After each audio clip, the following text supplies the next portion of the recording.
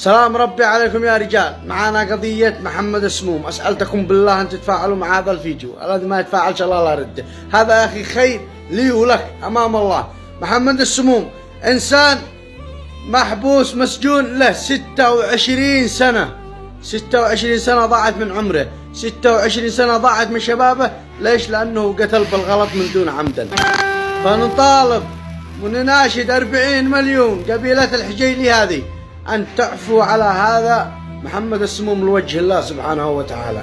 الرجال قتل غير عمدا، وطلع يحلف لكم بكتاب الله أنه بالغلط وليس منه عمد. فاعفوا لوجه الله. أتمنى من الجميع أن يخلي هذه القضية رأي عام. الجميع الكل يتفاعل مع هذا الفيديو. أسألتكم بالله لو ما تطلعوه ترند لوجه الله لي ولكم. محمد السموم إنسان ضاع عمره وضاع شبابه كله بالسجن. فأسأل من الله أن يلين قلوب الأسرة